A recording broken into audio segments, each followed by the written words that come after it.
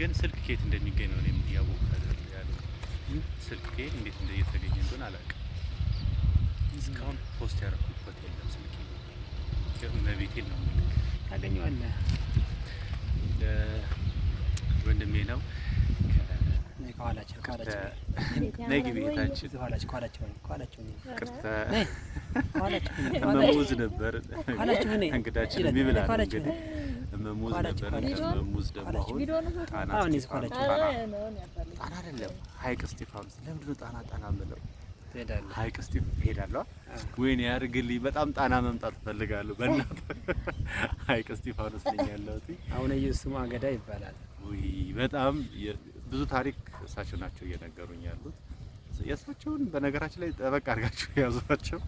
ስልካቸውን የእሳቸውን ከታች አስቀምጣለሁ። ብዙ አባቶች ጋር ያገናኟቸዋል። በጣም ብዙ የበረከት ስራዎች የሚሰሩ አባት ናቸው እና አገኟቸው። እኔን ግን ጣና እመጣለሁ። ጣና አካባቢ ያላችሁ ሰዎች እባካችሁ ኢንቫይት አድርጉኝ ና በሉኝ። ከሀይቁ አንድ አዳር ነው መሰለኝ ጉዞ የሚሄደው። አንድ ሁለቴ ሶስቴ ሄጃለሁ። አራት ሄጃለሁ። ሀይቅ ማለት ዳጋ እንትን ይሄ ዳጋ እስጢፋኖስ አለ። ይሄ ሀይቅ እስጢፋኖስ ይባላል። ያ ደግሞ ዳጋ እስጢፋኖስ ይባላል። ክርስቶስ ሳምራ አለች። ጣና ቄርቆስ አለ። ክብራን ገብርኤል አለ። ቁንዝላ ብዙ ነገሮች አሉ። እነ አድጋን ስላሴ አሉ። እነ ቅድስት አርሴማ አሉ። እና አቡነ አሳይ አሉ። አቡነ አሳይ እነ ምንዳባ አባ ምንዳ ማንዳባ አባ ማንዳባ ይባላሉ። አቡነ አሳይ ማለት ማንዳባ ይባላሉ። ትልቅ ገዳም ማለት በእነኚህ ደሴት ውስጥ ያሉ ሁሉ ነገሮችን ያው እንግዲህ ታሪክ ብዙ ነገሮችን አለ ብዙ አሉ። በዛ ቢታዩ ነገሮች ታሪኮች ስላሉ አሁን ደግሞ ይሄን ደግሞ ወጣ መተን ደግሞ ያው እንደምታዩት በጣም ደስ ይላል።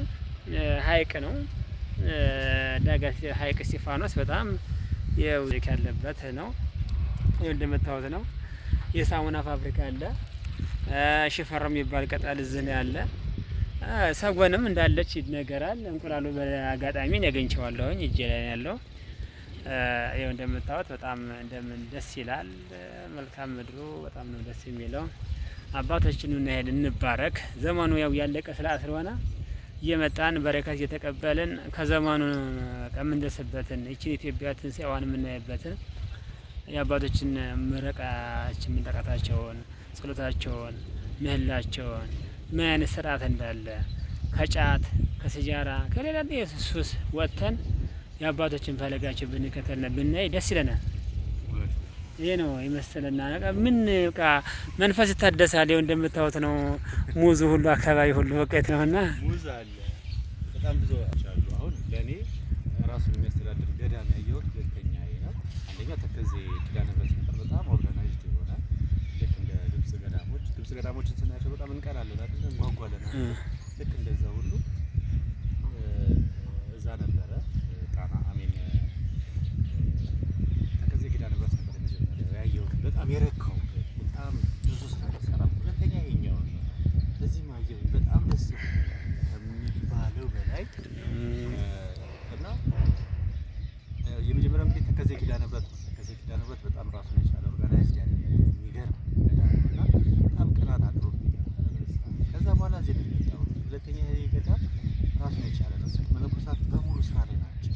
ይሄ ምን ያስተምራል? ግብጽ ስንሄድ ግብጽ ላይ ያሉ ገዳማት መነኮሳት በስራ ተወጥረዋል።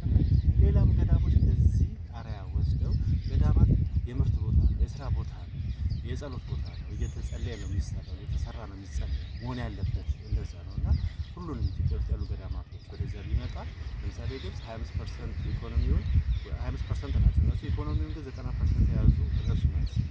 በዛ ደረጃ ኢትዮጵያ ውስጥ መምጣት ይችላል። ምክንያቱም ሰፊ የሆነ ቦታዎች አሉ። የተማረ ሰው ኃይል አለ። እኔ ተምሬያለሁ። አንተ ቪዲዮ የምታይ ሰው ተምረሃል። ምን ላድርግ? አባቶች ጋር መገናኘት መቻል አለብን። አባቶችን መርዳት አለብን። ትንሽዬ ብንረዳቸው በጣም በትልቁ ይነሳሉ። ምክንያቱም ተከዜ ኪዳነ ምሕረት እነና እስከመቼ ብሎ በአንዲት ሲንጀር ነበር ስራ ይጀምራል። ስለዚህ አሁን ያለበት ደረጃ ደግሞ በጣም ብዙ የበረከት ስራዎች እየሰራ በጣም ብዙ ቤተክርስቲያኖችን እያነጸ በጣም ብዙ ሰዎች በረከት እየሰጠ ያለ ገዳም ነው። ገዳሞቻችን ሁሉ ወደዛ መምጣት አለባቸው። ለሱ ደግሞ ሁላችን መተባበር አለብን። ከኛ ምን ይጠበቃል የሚለውን እናድርግ። ትንሽ ነገር እናድርግላቸው። እነሱ በትልቁ ይሰራሉ ማለት ነው። አብራችሁ ስለነበራችሁ ከልብ እናመሰግናለን። ኤዲት ይደረጋል፣ አታሳቅም። ምን አሳቀኝ አንተ ተሳቀቀኝ ባለው